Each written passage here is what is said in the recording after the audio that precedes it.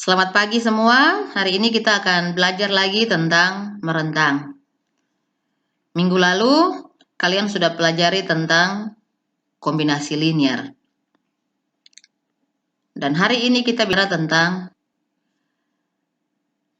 kombinasi linear itu kalian sudah pelajari minggu lalu kalau ada sebuah himpunan yang merupakan ruang vektor. Kemudian ada vektor-vektor di dalamnya V1, V2 sampai Vr. Lalu kemudian ada lagi satu vektor yang lain kita sebut vektor W. W itu merupakan kombinasi linear dari V1 sampai Vr jika W dapat dinyatakan dalam K1 V1 tambah K2 V2 sampai Kn Vn. Nah, ternyata W itu tidak tunggal. Maksudnya adalah vektor yang merupakan kombinasi linear dari V1 sampai Vr itu bukan cuma W saja. Bisa W1. Jadi W1 itu dia merupakan kombinasi linear dari V1 sampai Vr. Kemudian ada lagi W2. Merupakan juga kombinasi linear. W3 dan seterusnya.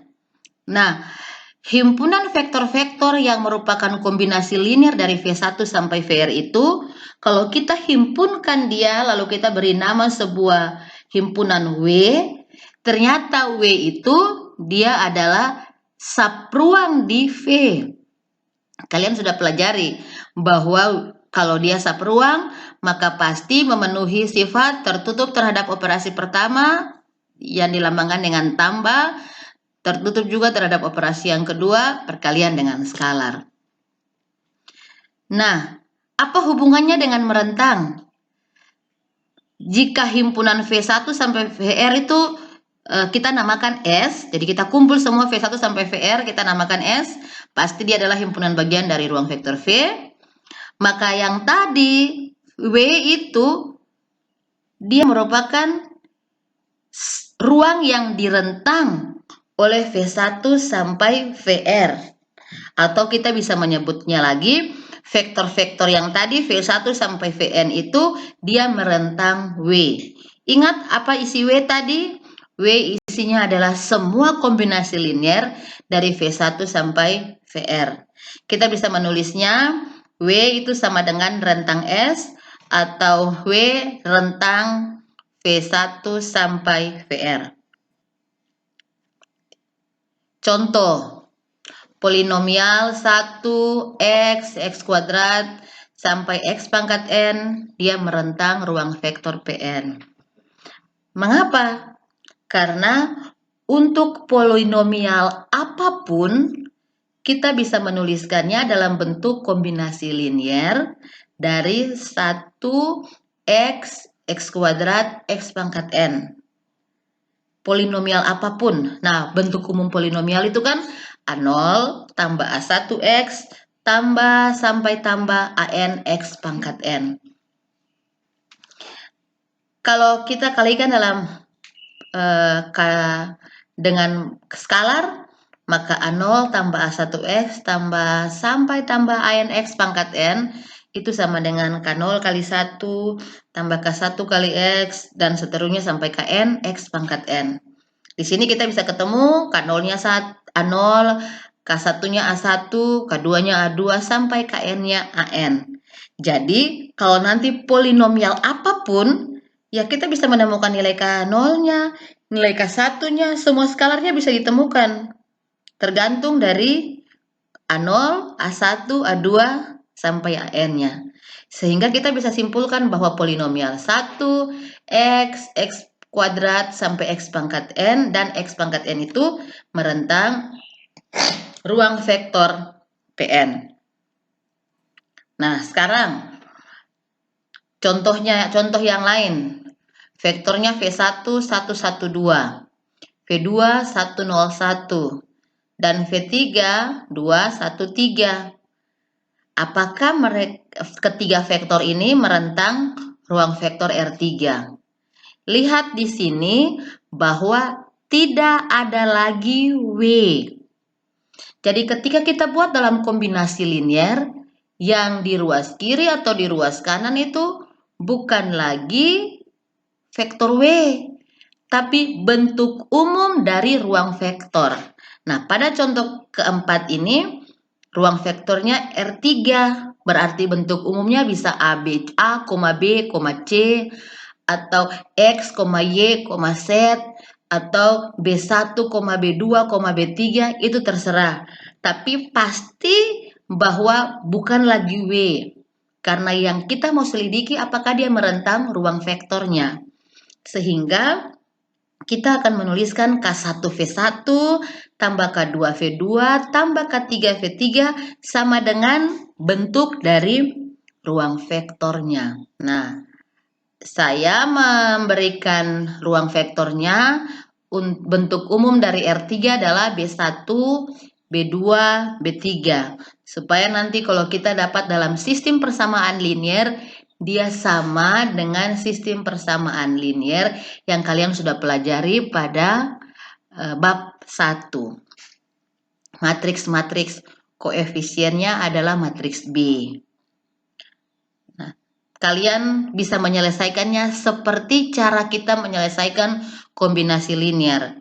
Kalikan skalar dengan semua vektor, kemudian jumlahkan elemen-elemen seletak, komponen-komponen vektor yang seletak, lalu kemudian kita samakan. Nah, perhatikan di sini ketika kita menyamakan elemen-elemen seletak, maka di ruas kanan bukan nilai, tapi masih berupa variabel B1, B2, dan B3. Kalau kita ubah dalam matriks koefisien, maka koefisien-koefisien dari K1, K2, K3 untuk ketiga persamaan kita bisa jadikan 1, 1, 2, 1, 0, 1, 2, 1, 3. Saya percaya kalian sudah bisa menyelesaikannya. Lalu, apa yang harus kita selesaikan?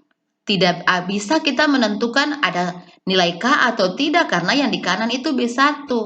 Kita ingat lagi apa yang kalian telah pelajari di keterbalikan matriks. Kalau kita punya matriks AX sama dengan B, maka matriks X itu bisa kita peroleh dengan cara mengalihkan dengan inverse dari kiri. Sehingga nanti matriks X sama dengan inverse dari matriks A dikalikan dengan matriks B. Nah, bagaimana kita mencari inverse dari matriks A? Rumus mencari inverse matriks A itu 1 per determinan A dikalikan dengan adjoint. Berarti inverse dari matriks A itu bisa ada kalau determinannya tidak boleh 0. Karena kalau determinannya 0, 1 per 0 itu tidak terdefinisi.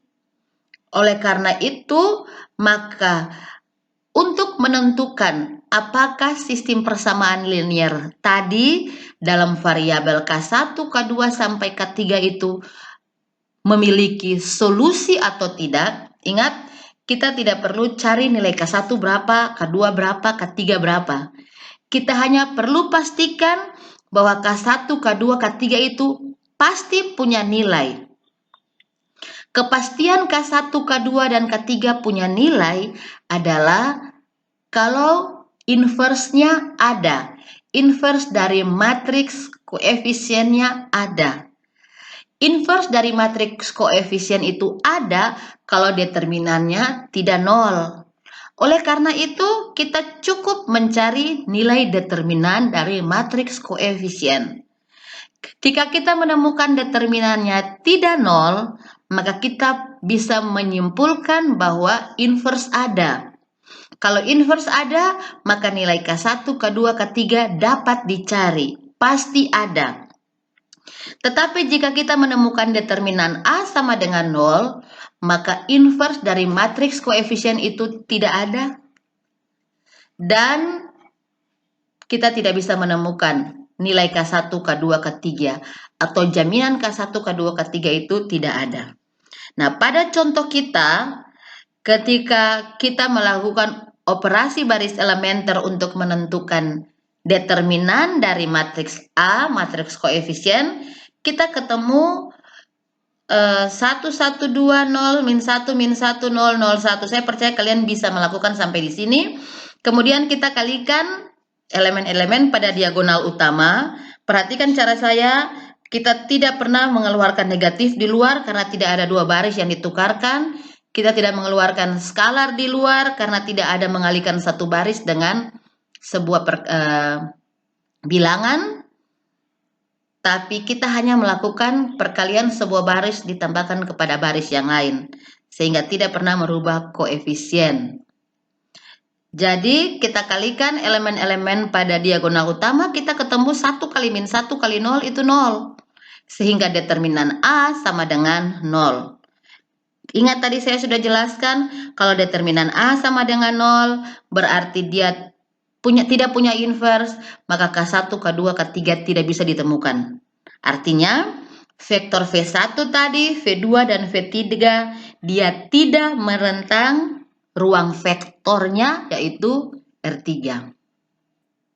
Nah, berikut ini kalian sudah bisa menyelesaikan beberapa latihan soal. Untuk soal nomor 1 ada di bahan ajar, dan soal nomor 2 ini juga ada di bahan ajar.